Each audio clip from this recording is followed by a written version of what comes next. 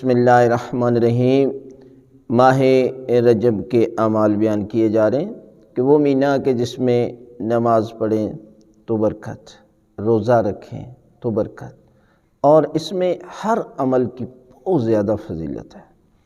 اور بالخصوص یہ ایام جو آ رہے ہیں یہ ایام مولا کائنات حضرت علی ابن ابی طالب علیہ السلام کی ولادت کے ایام ہیں، لہذا 12ویں شب کے اعمال ہیں کہ جس میں 2 رکعت نماز ہے۔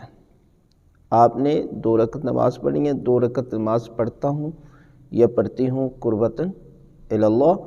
سورہ الحمد کے بعد قرآن مجید کی سورہ بقرہ کی آخری 2 آیات یعنی 285 اور 286 جس کی ابتدا آمن الرسول سے ہو رہی ہے اور آخر تک اس آیت کو 10 مرتبہ یعنی پہلی رکعت میں بھی سورہ الحمد کے بعد 10 مرتبہ اور دوسری رکعت میں بھی سورہ الحمد کے بعد 10 مرتبہ اس آیت کی تلاوت کرنی ہے۔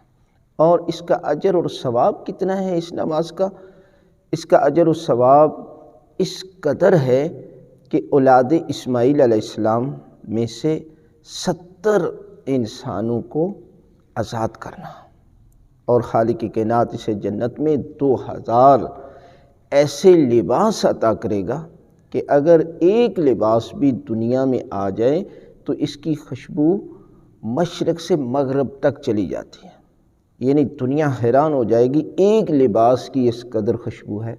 تو خالق کائنات جو ہے وہ جنت میں اس کو 2000 لباس عطا کرے گا، لہذا آپ اس رات اس نماز کو پڑھیں۔